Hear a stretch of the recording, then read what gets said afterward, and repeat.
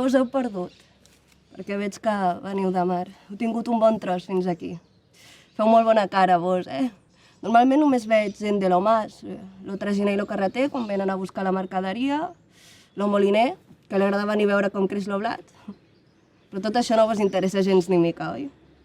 Voleu passar a conèixer la resta de la família dins la masia? Si voleu, us puc servir un gotet de vi del que fem a casa. És molt bo, Tot i que ara no sé a qui trobareu a aquestes hores. Tothom està esparcit per lo mas.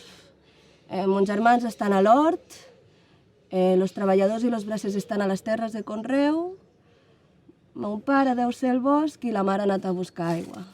Dolors, Me dic Dolors, per servir vostra mercè. I sóc filla del mas Teixonera de les Duedes. Hi ha molta gent a Arenys, però a mi m'agrada explicar que vam ser dels primers a ser-hi. Formem part de la baronia del Castell de Montpalau, que forma part del vescomtat de Cabrera, que està en mans del marquès d'Aitona.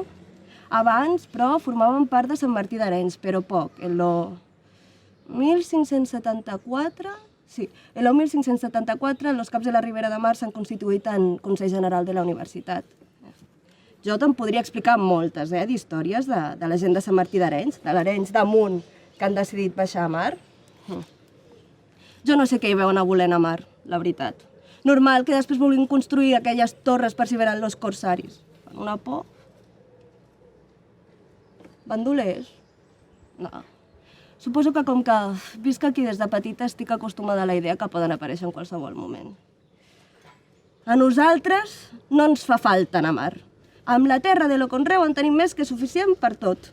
Per anar pagant el que hem de pagar i per viure bé, que si ara paguem a la universitat, que si ara paguem a los soldats, que si ara paguem a los marquesos... Que los marquesos...